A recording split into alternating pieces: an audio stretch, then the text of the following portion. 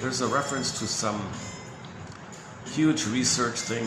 The conclusion was the participants invariably tagged others with the traits and conflicts that were most disturbing to themselves.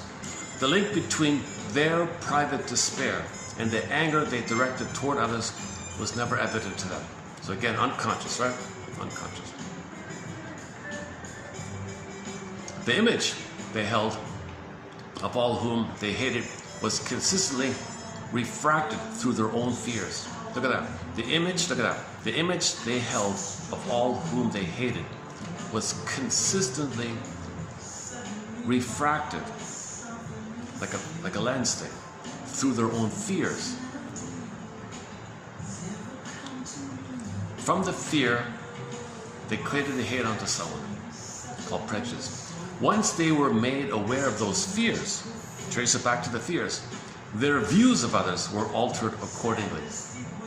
But in the mafia one, right? In the underworld frame-up one, get back to the metaphor here. But in an underworld frame-up, the real culprit usually considers it sufficient merely to, quote, pin the goods, unquote, on his dupe and then skip town or simply wait it out. So in the underworld thing, in the criminal world, this other alternative criminal world, they know what they're doing. Pin the goods on the patsy, on the dupe, and then he skips town or waits it out. And he's the victimized. But in psychological projection, you don't know you're pinning your psychological goods on someone else.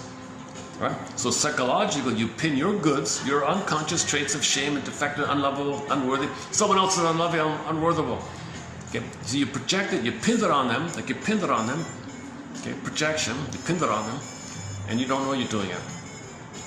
But in the metaphor of the mafia thing, the criminal world, they know what they're doing. They pin the goods on someone. That's an interesting metaphor for projection. Let's work on that one.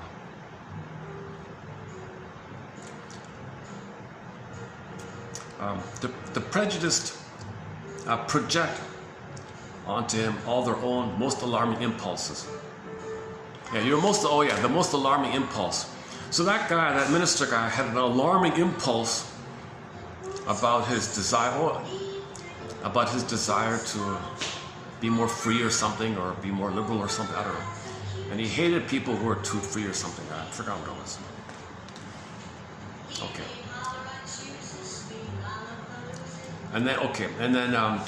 So let's back to the guy in the soapbox.